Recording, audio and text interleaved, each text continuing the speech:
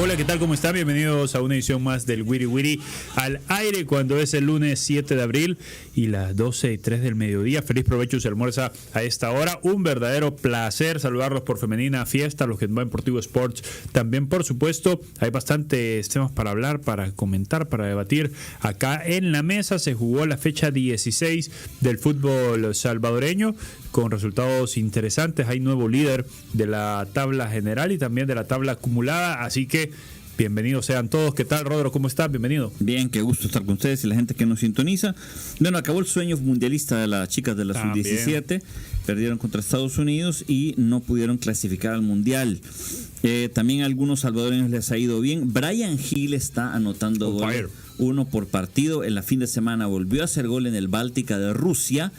Y está en plena forma. El 9, para mí debería ser el 9 titular de la selección, está anotando goles. Y los ganadores de la fecha fueron Águila y Alianza. No hay duda de eso. Y el gran perdedor, Firpo. El Firpo. Lo vamos a platicar. ¿Qué tal, Bruno? ¿Cómo estás? Bien, Diego. Un gusto estar contigo, con los compañeros y con toda la gente que nos escucha a través de la radio. Nos ve por Tigo Sport. Una fecha bastante dentro de lo normal. Yo sé que a algunos les espanta un poco este resultado en San Miguel. Sin embargo, creo que está dentro de la norma. De ahí, pues Alianza hizo lo justo para derrotar al equipo de Santa Ana. Y los demás resultados, pues ahí Metapan gana, pero no convence a mucho, creo yo, ¿no? Poco, con poco.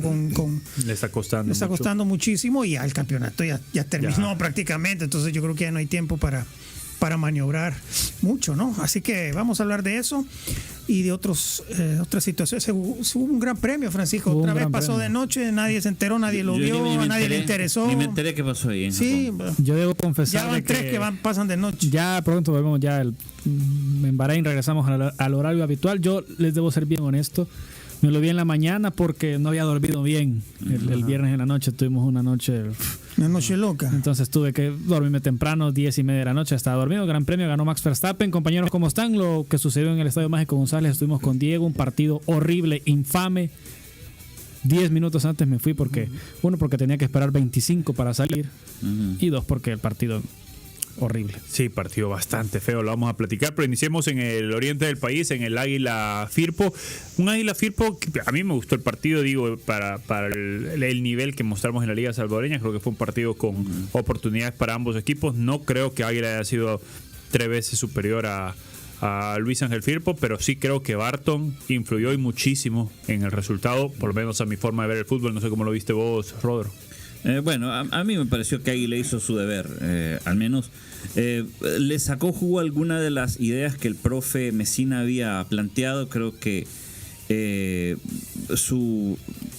cuando estás cambiando permanentemente, fecha tras fecha, hay algunas ideas que cuajan, ¿no? Y me parece que ganó bien. Incluso por fin aparecieron algunos de sus suplentes. El Femi anotó un golazo. Sí, muy bueno. Dixon anotó un golazo. De falso 9 de nuevo. Exacto. Pero para mí lo de Dixon fue lo más importante, porque el partido pasado yo lo vi y dije, está experimentando. Pero Barton condicionó el partido a los 3 minutos. Bueno, sí, ese penalti. Está bien, pero yo puedo entender eso, pero Firpo por algo es líder. Y si no tuvo reacción y al Águila le salieron las cosas. Yo creo que Firpo sí tuvo reacción, porque César Orellana tiene oportunidades. Después tiene Diego Flores en el segundo tiempo para el 2-2 y se la ataja muy bien Benji Villalobos. Pero yo creo que Firpo no hizo un mal partido. Pues sí, no hizo un mal partido, pero Águila también hizo un buen partido. No, sí. Está mucho más cuajada la idea. Mira, es que ese pique de los centros aéreos no es casualidad. En el partido con FAS, por ejemplo, lo hizo Gregory. Lo que pasa es que Caravantes le sacó una pelota al ángulo. A lo que voy es, las ideas del Águila están funcionando futbolísticamente. Yo te compro lo de Barton. El resultado puede haber sido diferente, porque igual el gol de Femia cayó en el minuto 93, ya estaba todo jugado. Fue un partido cerradísimo. Pero para mí esos piques de los volantes al área y los centros aéreos le están funcionando al Águila. El falso 9 le está funcionando al Águila. Yo creo que se está preparando para un gran final de torneo, Águila. Bruno. Yo no estoy de acuerdo que Barton condicionó el partido. Para mí sí fue penalti. Sí. Totalmente. Es que, a ver, y te voy a explicar mi opinión, pues. No perdamos de vista el génesis del fútbol. El fútbol se juega con los pies, el fútbol hay que tratar de ir a la pelota y como vas al balón, si va por arriba puedes ir de cabeza y si va por abajo tienes que ir con los pies, con las piernas, con las rodillas, como quieras. Ahí se ve claramente cómo Cerritos siente la presencia del jugador de Águila que va a disputar un balón imposible, porque obviamente además era Dixon, creo que Dixon es pequeño versus lo que puede saltar un portero y estira las manos, pero él va, entonces Cerritos se da cuenta y en lugar de poner su cuerpo frente a él, lo que hace es levantar el brazo. Yo necesito entender, además de que veamos siempre que el milímetro, que el pie, o sea, de cuando acá uno puede levantar el brazo y ponérselo a la cara a un rival. Ponérselo, no estoy diciendo ni golpearlo ni nada, pero ponerle la mano para impedir que él siga su recorrido. Entonces vino Barton y aplicó el reglamento para mí a la perfección. Los brazos, señor Cerritos, los tenés que tener abajo. Los brazos, a menos que saltes y te quieras dar como un empujón más, es ahí cuando vas por arriba. Pero Cerritos no tenía ni la más mínima, pálida intención de ir a ese balón de cabeza. Entonces, ¿por qué levanta el brazo? Claro, para hacer obstrucción al jugador de Águila, que después hace el show.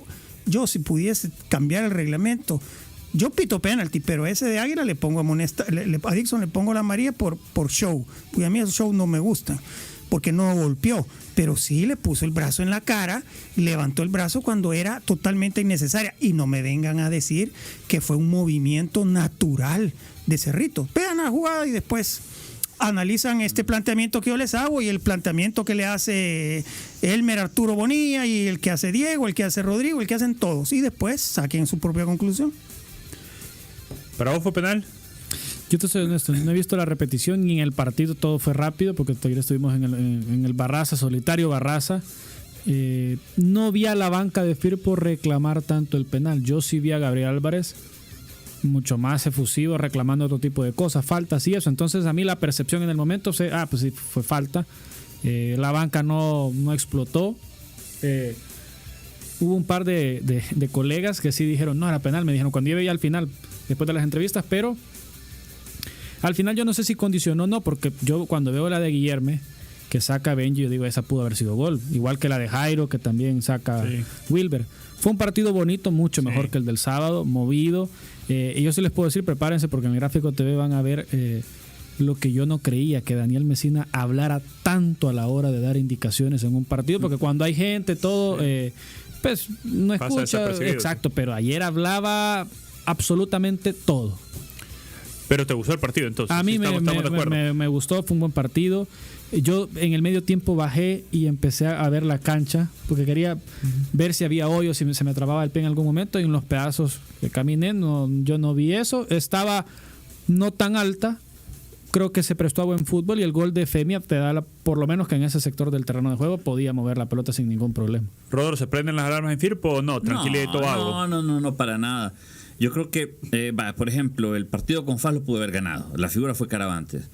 Este partido, no sé, fue cerrado, lo ganó Águila merecidamente, pero el Firpo no creo, es apenas. El problema es el del miércoles, que ese sí puede levantar las antorchas. Porque ya perdió con FAS, perdió con Águila, y se le viene Alianza el miércoles. Y es su papá, hay que decirlo así. Tiene ratos de tenerlo. ¿Se acuerdan el partido pasado? Yo me fui a cubrir ese entreno previo. Arizala y Gabriel Álvarez. Es que tenemos que quitarnos esa espinita de ganarle a la Alianza porque siempre perdemos. ¡Pum! Pierde. No, y encima se le lesiona el único delantero que tenía 9-9. Sí, se le lesionó. Argüello. Sí, salió. Es problema muscular, ¿no? Lo que sí quiero recalcar algo ahorita hablamos después con Mesina del partido. Darwin no iba a entrar tan temprano en el juego, pero cuando vio que ya estaba perdiendo un poco el medio campo, lo dijo en la entrevista, tenía que meter los últimos 20 minutos porque está con mucha carga. Le pregunté al profe porque justo al momento que lo iba a entrevistar le dice a Darwin, tranquilo papá, ¿querés que hable con el profe hoy o mañana? Y le dijo, mañana. Yo le pregunté, profe, ¿nos puede explicar a qué se refiere con eso? No, eso son cosas entre el jugador y yo. Pero después se extendió y dijo, el problema es que no quiero que tenga mucha carga en el próximo microciclo. O sea, el mismo Mesina empezó a decir eso. Porque después del partido contra FAS, yo tuve que jugar los 90 minutos con él. Después estuvimos hora y media esperando por lo que pasó con el bus. Y ya después, el primer entreno que tuvo ya fue con mucha carga. Después Mesina dice, yo soy el primero a apoyar al profe y estoy seguro que le va a ir bien, hablando del profesor Bolillo Gómez. Pero sí, hablando de las lesiones y eso, me llamó la curiosidad eso de que prácticamente en la plática fue como, ¿querés que hable con Bolillo para que por lo menos un entreno o dos, cuando llegues, baje la carga? Ronald estaba en el palco, que también pero también estaba medio tocado por el tema de la selección, aprovechando que estaba expulsado, descansó. Pero eso me llamó la atención, eso que no se dio. Bueno, vamos a ver cómo le va a Firpo porque tiene calendario difícil. Se le viene Alianza el miércoles el Sergio Torres y ha perdido de los últimos 2 partidos en su lucha por la Copa Centroamericana. Ya está segundo lugar y en el, digamos que no importa o importa poco, el primer lugar del Apertura también lo perdió a manos de los Albos de la Alianza, equipo del cual vamos a hablar a continuación. Qué partido más aburrido, Rodro. Qué partido. Yo estuve a punto del bostezo. Para mí más que aburrido fue violento. Aparte, yo creo que el árbitro Martínez tuvo una pésima actuación para mí. Tuvo que haber sacado muchas más amarillas. Yo creo que Jorge Cruz merecía la roja. Yo creo que todo el mundo lo vio, ¿no? Sí. Nosotros no lo vieron en el estadio, pero al ver las repeticiones ves que fue, bueno, Salazar salió antes de lo previsto. A Salazar le dieron de una manera salvaje y Michel Mercado salió en camilla. Ya me parece que FAS tiene una identidad definida, digámoslo. FAS es el equipo rocoso y contragolpeador. FAS no te va a dominar la pelota, FAS es un equipo que va a pegar. No digo que es malintencionado, pero va a pegar. Y más de alguien va a salir golpeado de una manera importante. Y el Alianza pues intentó dominar, pero no es tan profundo como ellos quisieran. Yo creo que sus volantes de creativos, sobre todo el Machito, juega muy lejos del área. Está lejos de la y le apuestan a la jugada al fútbol americano, ¿no? Que el quarterback se la lanza al receptor, que es la cabrita. Pero con eso yo tengo alguna duda. ¿Cuántas veces escuchamos que la gente le decía a Leo, que la controlaba en el primer tercio de cancha de ellos, tirar la larga, que iba picando la cabra, y nunca la tiraba? Por lo menos él nunca hacía el trazo largo. Tal vez lo hacían otros, sí. Sí, lo hacían otros. Pero él, que es el y ahí nació el gol. Exacto, pero él, yo lo tengo bien grabado, se quitaba 2, 3, la gente aplaudía y veían a Miche picar y él no se la daba, mejor prefería tocar, seguir. Pero para mí el Machito son esfuerzos inútiles. Porque ¿de qué te sirve majearte a 2 en el medio campo? Yo no lo entiendo, de verdad. Yo lo vi bien, el Machito está por eso, pero para el Machito, si hace eso mismo cerca del área, mata al FAS y hubiera provocado 2 opciones de gol. Pero hay algo que a mí sí el primer tiempo de FAS, horrible. El segundo, la vara del primero estaba súper baja, así que era mucho más fácil mejorar. Sí.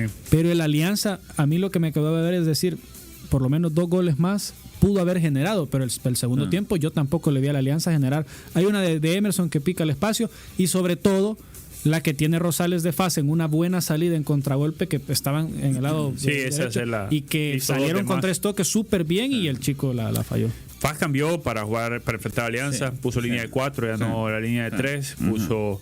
y yo creo que ahí aprovechó Alianza justo lo que vos decís, que intentaba ganar la espalda porque el lateral derecho o de defensa derecho empezó Meléndez, Edson y después Rudy. Después Rudy, después entra Chapito Guevara. Pero el primer tiempo justo intentaba aprovechar porque adelante de él o delante de ellos quien estaba era el juvenil Ruiz. Entonces Alianza sabía que ahí tenía, y por eso ves que era mucha pelota larga a la cabrita y así vino el gol. Un muy buen control deportivo y una malísima salida de Caravantes, Bruno. Sí, esos centros que nos tiene acostumbrados ya Juan Carlos Portillo en esta temporada, incluso uno no sabemos si fue centro o no, pero la metió en el ángulo.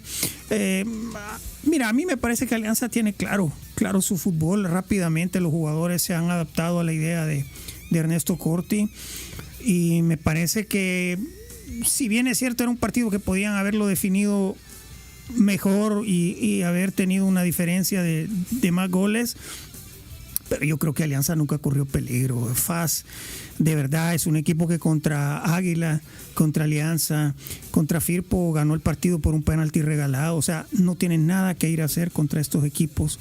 No tiene fútbol, no tiene nadie que haga algo diferente, dan muchas patadas, a eso se dedican y futbolísticamente logran montar algo en una salida rápida. Es un equipo que contragolpea, es un equipo que no domina el partido, el juego. Tiene muy poco que mostrar FAS en este torneo. Se lleva una derrota, como era justo que así fuera, porque está jugando contra un equipo que son mejores. Contra Águila se llevaron un empate por una invención que tuvo el jugador que está lesionado, Tejada, y contra Firpo pues el árbitro le regaló un penalti. Entonces FAS es esto, le gana a los pequeños, a los que están más abajo que ellos, pero con los de arriba no tiene absolutamente nada que ofrecerle a nadie. Y sobre todo se sabe que van a ir a perder, y si hacen un milagro lo empatan. Y van a ir a pegar, bro. Sí, a pegar el 11. ¿Cómo se llama el 11? Jairo Martínez. Madre santa, cómo pega ese tipo, hombre. Dedícate a jugar fútbol, Jairo. Deja de pegarle tanto a tus compañeros de profesión y jugar fútbol. Sí, por el amor de Dios. No, hombre, así no se juega, hombre. Pega todo el santo partido desde la temporada pasada. Entra y pega. Hombre. Por cierto, me gustó mucho el nivel que volvió a mostrar Narciso Orellana en el medio campo. Figura del partido. Volvió a ser Narciso, volvió a recorrer inteligente la cancha, llegaba a todas las pelotas, aparte salía muy bien, le daba salida al equipo. Así que buena victoria a los Albos. Alianza es líder con 32 unidades, primera vez líder en el torneo. Sí. Ya no se esconden entonces hoy. Esperemos que último. ¿Cómo? Sí, que ya el miércoles vuelva todo a su lugar. No, a ver, yo respondiendo a Bruno, yo sí creo que Alianza ha mejorado muchísimo. Claro. A comparación de la primera vuelta, pero muchísimo. Es después candidato. Yo sigo creyendo que los candidatos principales son Águila, no me vas a decir Firpo y Metapan. Por gente, por nombres. Luego por juego. Por juego yo meto Águila, Firpo y ahora ya Alianza. Que si el Metapan se enfrenta al FAS en cuartos de final, es más probable que el FAS le llegue a ganar, y que, o sea, el Metapan yo no lo veo sólido para meterse a la fase. Pero fíjate que hablamos de Metapan, solo ha perdido un partido. Alianza ha perdido 3, por ejemplo. Digo, ¿pero cuántos empates lleva? No, lleva como 20 empates, pero Águila es segundo lugar con 30, Firpo es tercer lugar con 29, Metapan es cuarto lugar con 27 unidades, Cacahuatique 20, el FAS tiene 19, el Municipal Limeño 18 y el Fuerte San Francisco 15 puntos, seguido por el Dragón, Platense y 11 Deportivo. En otros resultados así rápido, el 11 empató a 0 en su cancha contra el Platense, ¿no?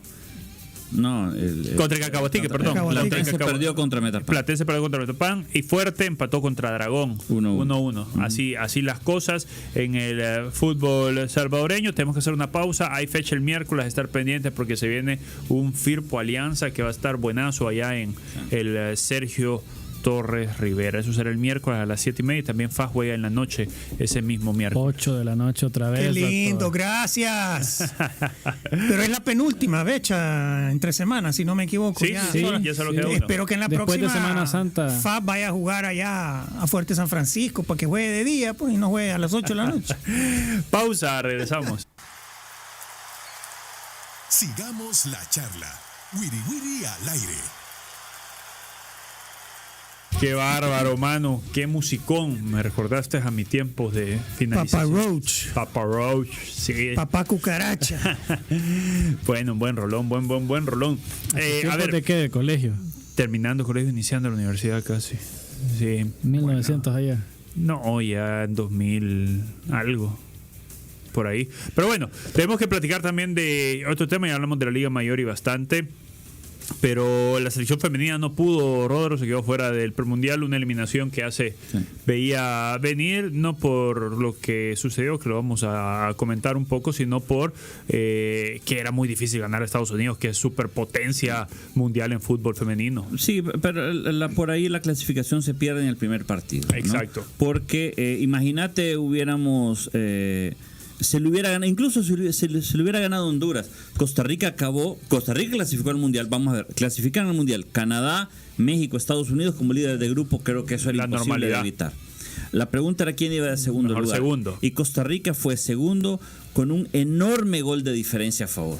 Ahí es donde clasifica. Entonces, si le hubiéramos ganado a Honduras 1-0, igual no íbamos a clasificar. Tuvimos que haber goleado a Honduras y luego a Trinidad y Tobago y luego evitar una goleada contra Estados Unidos. Yo creo que entonces, después del empate con Honduras, sabíamos que era complicadísimo.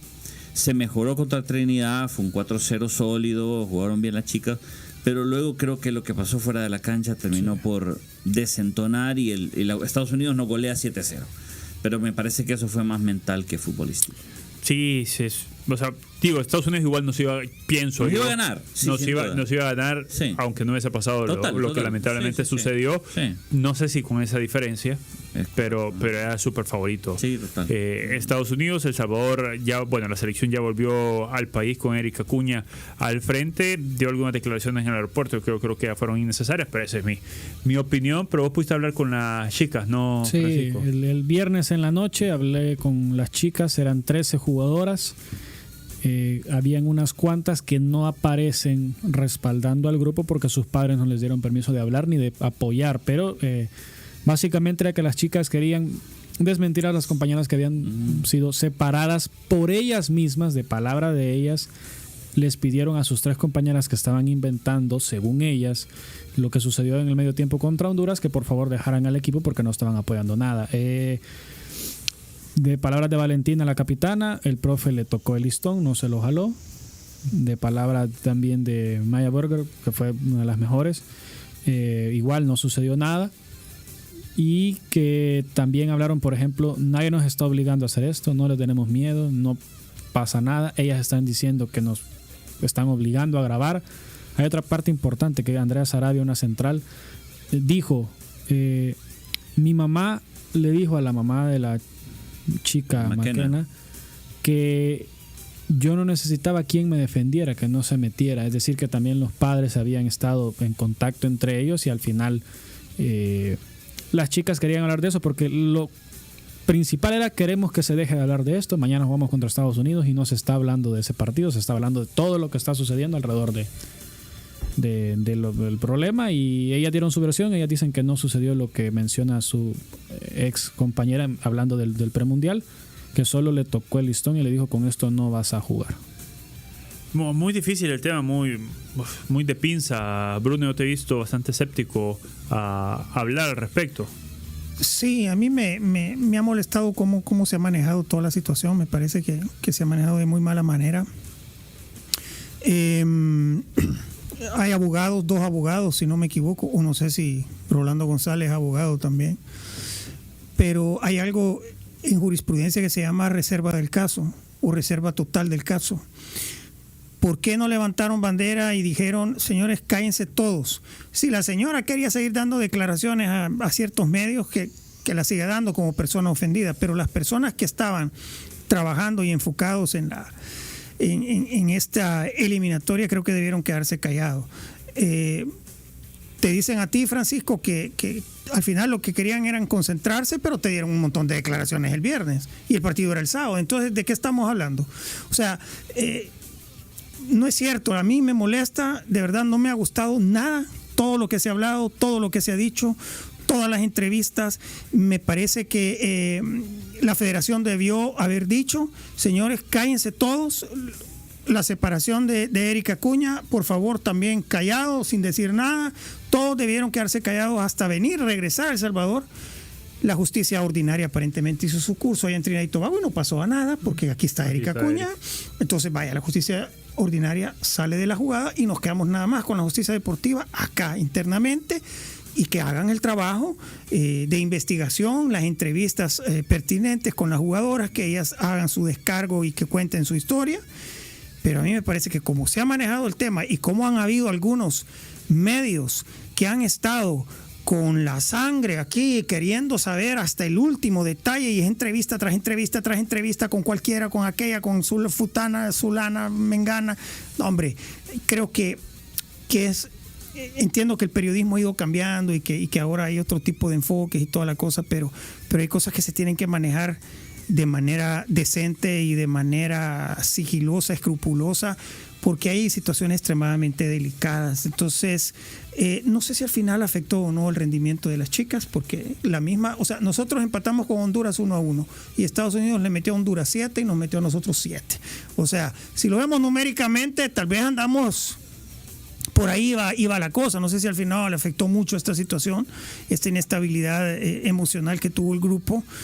Pero nada, ojalá que quede de experiencia y que se pongan ciertas barreras cuando se dan casos de esta situación y que no se convierta no se haga un chambrerío que no nos beneficie en nada a nadie, creo yo, ¿no? Porque hay imágenes que quedan señaladas y no es correcto. A ver, Eric Acuña, me refiero al técnico de selección, confirmaba también que CONCACAF no lo sancionó. No, eso sí me mencionó él, CONCACAF no lo sancionó a él. Es más, las personas de CONCACAF, profe, ¿por qué usted está separado si nosotros no lo hemos sancionado? Le dijo. Es decir, usted puede dirigir el partido contra Estados Unidos.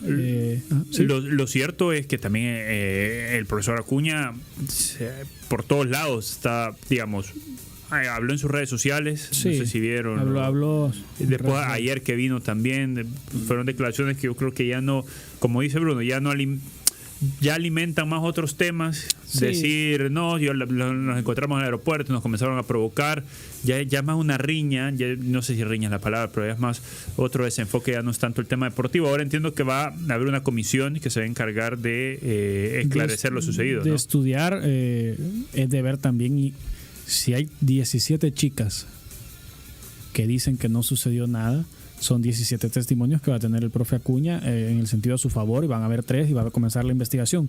Algo que sí mencionar, las chicas querían regresar. Las 3 chicas separadas. A la concentración. El profe Hugo, el que quedó de técnico, les dijo que no. Y después se explica y me explican que ellas estaban en un hotel pagado por CONCACAF. Al ellas irse de ese hotel, rompen la concentración y ya CONCACAF ya no las vuelve a admitir dentro del hotel y dentro de la concentración. O sea, al final no era solo tema de la selección, sino que fue que ellas dejaron el hotel, se entregaron, ¿cómo se llama? Checkout. Y cuando regresaron, ya no podían regresar, no podían jugar. Entonces, por eso también se manejó de que ellas querían regresar, pero también un tema de CONCACAF que no podían volver. Pero sí, la verdad que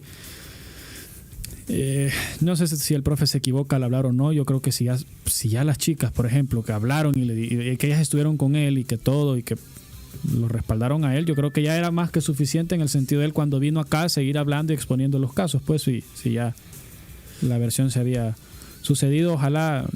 Qué lástima que se esté empañando todo esto, y no nos olvidemos que la selección mayor está también a unos cuantos meses de jugar una eliminatoria mundialista, y también a la mayor le ha salpicado por lo menos esto, porque las chicas se pronunciaron también que apoyaban al profe Acuña. Entonces ya está grande. ¿Para qué se meten también, no? Porque yo entiendo que se meta, Bruno, yo entiendo que porque al decir lo separaron no saben si va a continuar con ellas. Imagino yo que por ahí deben de haber dicho. No, pero fue una separación temporal. Claro. Entonces temporales, porque hay que investigar qué fue lo que pasó.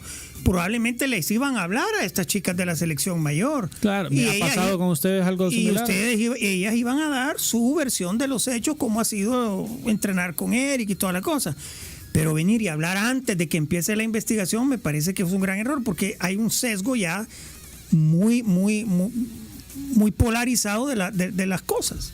Sí, una pena, Roder, porque al final se empaña todo, ¿no? Porque se empaña ya la reputación de venir de alguien que no ha nacido acá o que no vive acá. Sí, para mí quien se tiene que investigar a sí misma es la propia federación. Para mí, yo creo que es un grave error de protocolo que no haya habido nadie de la delegación en el vestuario, porque ya estamos con ese juicio de la palabra de estas chicas contra las otras chicas. ¿Por qué no estaba el delegado de la federación en el vestuario? No había delegado, de hecho el delegado era alguien del medio de comunicaciones.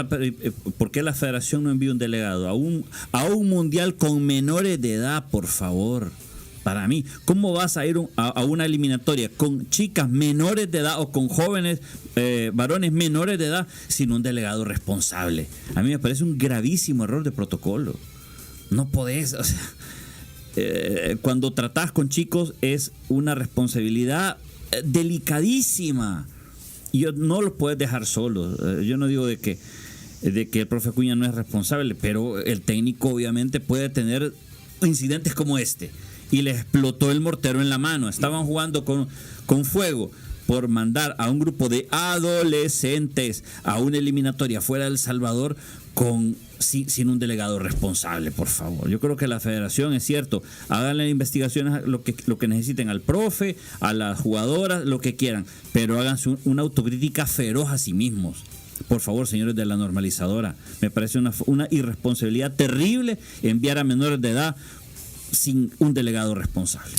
Bueno, vamos a ver qué es lo que pasa en las siguientes horas alrededor de este caso. La selección femenina ya queda fuera. ¿Qué otra competición se le viene? Porque eran seguidas. Sub-20 y Sub-17 ya están fuera. La 20 se quedó en la primera fase. La 17 avanzó a la segunda, que era esta. Y la femenina mayor, en de mayo, tendría una fecha FIFA. Ya después. Mira, solo una cosa. ¿Por qué a la 17 sí fueron todos? ¿Saben por qué, señores de la normalizadora? Porque se querían tomar la foto. Es que cuando se querían tomar la foto con la copita, con el platito doradito de clasificamos al mundial, ahí estaban todos. ¿Por qué no estaban con las chicas?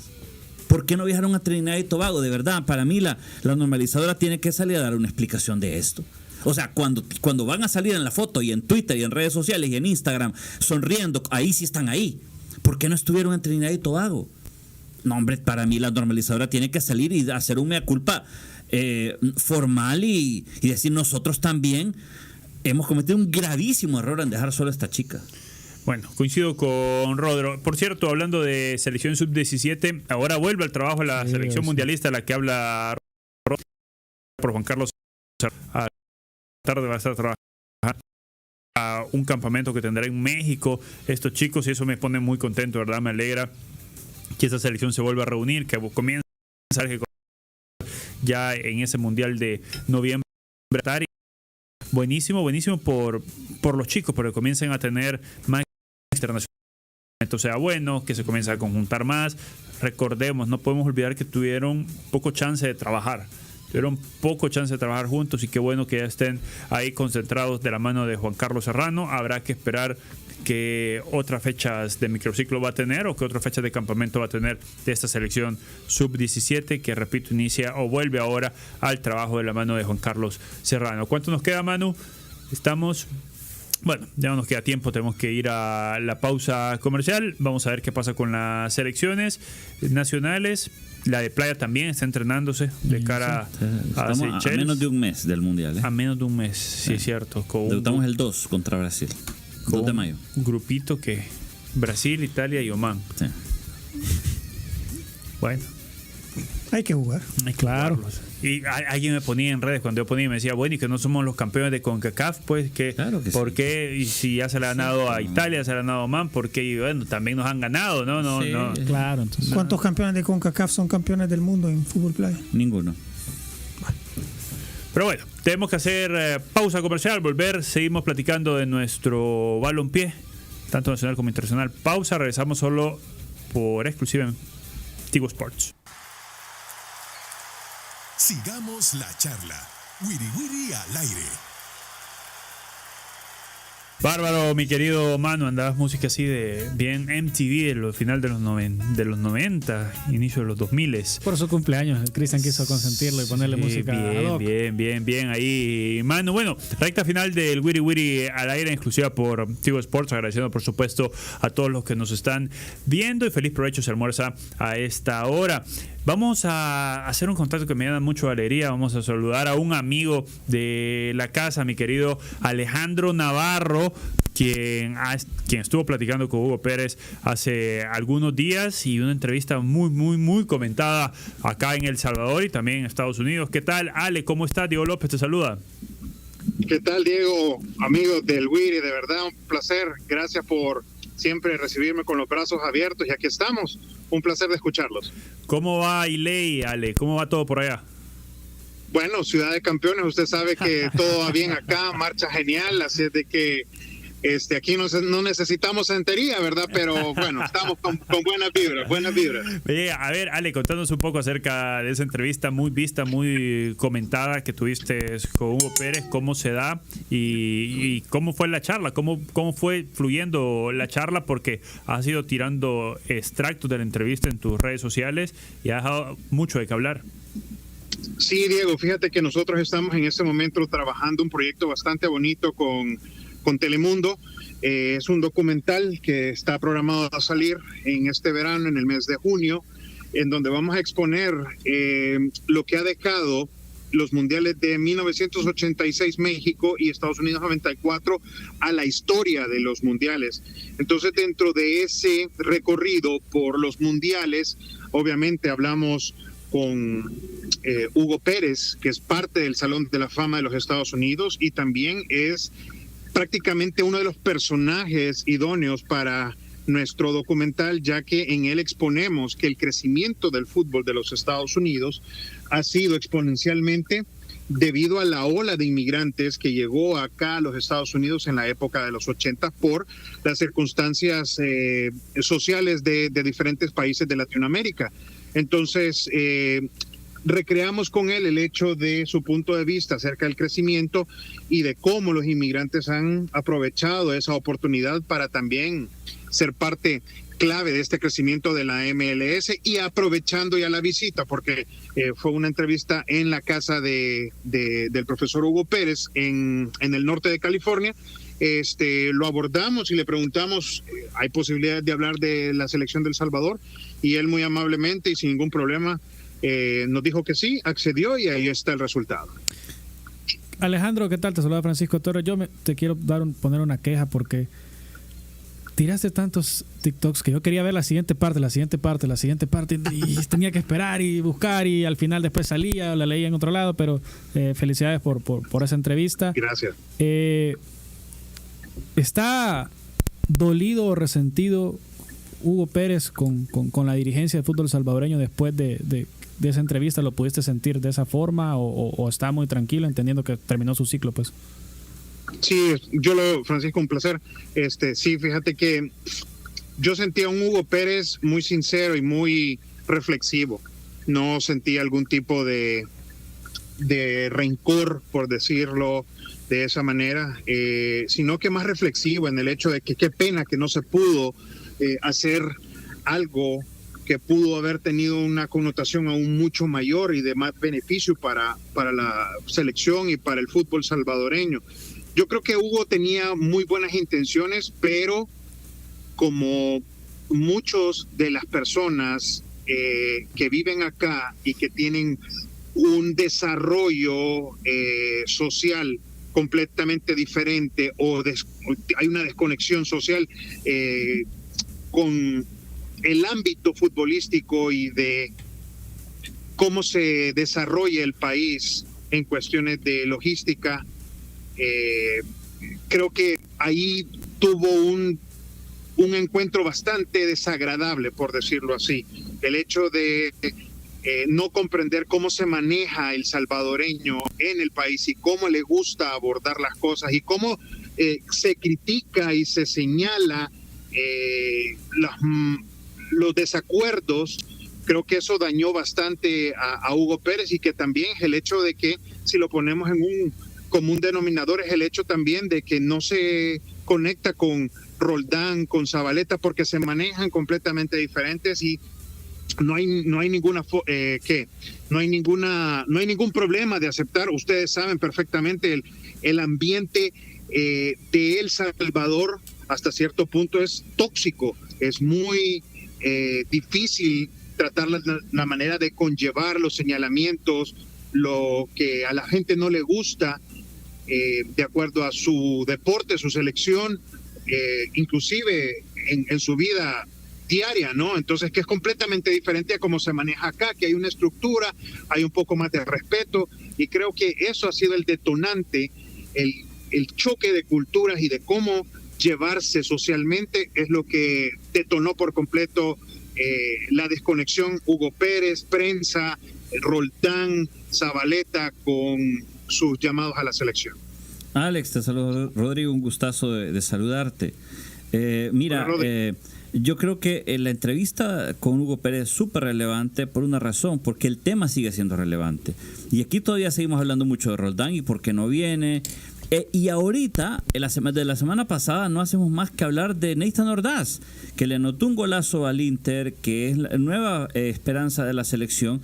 O sea, yo creo que siempre nos vamos a seguir preguntando, hey, ¿quién es el nuevo salvadoreño que por ahí va a salir allá? Mi pregunta hacia ti, con eso en contexto, ¿qué crees que debemos aprender nosotros de la experiencia de Hugo Pérez de cara a los nuevos salvadoreños, a la generación de Nathan Ordaz o de cualquier otro salvadoreño estadounidense que venga para acá? Que podríamos aprender de que hay un vivero o un terreno virgen que no se ha explotado al máximo, que posiblemente el sueño mundialista está fuera de nuestras fronteras patrias, en donde nosotros tenemos que aprender a convivir con otro tipo de personalidad, de mentalidad deportiva como la tienen las personas que están, no solamente aquí en los Estados Unidos, sino que fuera también de aquí de la Unión Americana, sino que en el extranjero, países como España, Rusia, etcétera, etcétera. Creo que eso es lo que me queda a mí, el hecho de saber de que hay que tener el respeto por saber de que somos diferentes, pero siempre con la misma sangre salvadoreña que nos permite ponernos la camiseta azul y blanco, que a lo mejor las condiciones no se dan, sí es cierto, pero también nosotros tenemos que tener un poquito más de mente abierta, de saber de que no todas las personas tienen que llegar y adaptarse a la perfección a nuestro ecosistema. Hola Alejandro, Bruno Porcio te saluda. Quería preguntarte, bien, gracias. ¿Tú sentías la necesidad, tú crees que el salvadoreño allá y acá necesitaba una entrevista como la que tú le hiciste a Hugo Pérez? Se necesitaban aclarar muchas cosas que acá y allá se especulaba mucho sobre ellas. ¿Sentías que hacía falta esa parte a la ecuación porque por cómo se fue Hugo Pérez, todo lo que vino después, todo lo que se ha hablado después?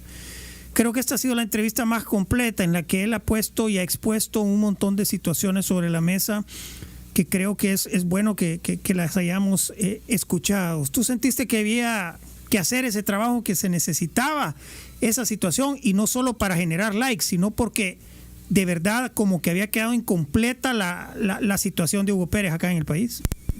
Sin duda, Bruno, yo creo de que más allá de generar likes y visitas en las redes sociales, yo creo que había un punto de desconexión, porque la versión periodísticamente hecha en El Salvador estaba completamente a rebalsar. Nosotros la habíamos escuchado, la habíamos consumido, la habíamos vuelto a revisar y habían temas de que eran más que todo de los intereses en contexto geográfico en El Salvador, pero también hay muchas preguntas de las personas que se hacen. ¿Por qué Hugo Pérez no pudo gestionar esa etapa de seleccionador de manera completa de los que están acá? ¿Por qué? Porque aquí hay mucho jovencito que tiene esa expectativa de saber, hey, ¿qué puede esto para mí, siendo un jugador de sangre salvadoreña, nacido aquí en los Estados Unidos o con otra nacionalidad, si en algún momento dado llego yo a decantarme por participar en la selección de El Salvador, en alguna selección de mis padres? Entonces, hay muchas preguntas que se hacen estos jovencitos y los padres por saber cuál es la realidad en la que se van a enfrentar si en algún momento dado se topan con esta oportunidad de jugar para la selección. Y creo que el ejemplo perfecto es lo que está pasando con la selección femenina de fútbol.